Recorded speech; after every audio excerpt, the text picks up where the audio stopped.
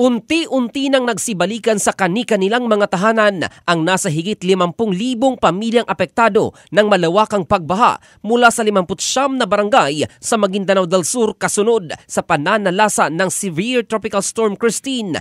Ayon sa Provincial Disaster Risk Reduction and Management Office, ang 59 na barangay ay mula sa 8 bayan ng probinsya na kinabibilangan ng Datu Hofer, Paglat, Datu Saudi Ampatuan, Pandag, bayan ng Datu Abdullah Sangki, Ampatuan, Sultan Sabarongis at bayan ng Gindulungan. Wala namang nasawi sa pagbaha, bagamat ang mga pamilyang inilikas ay pansamantalang tumutuloy sa mga evacuation centers ay unti-unti nang nagsibalikan.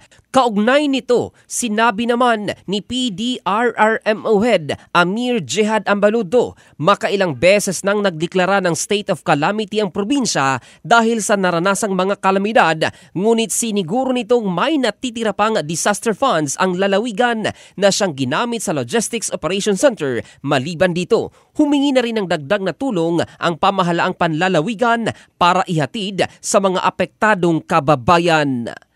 In the heart of changing lives, ito si Jofel Candado ng Brigada News Philippines, the Music and News Authority.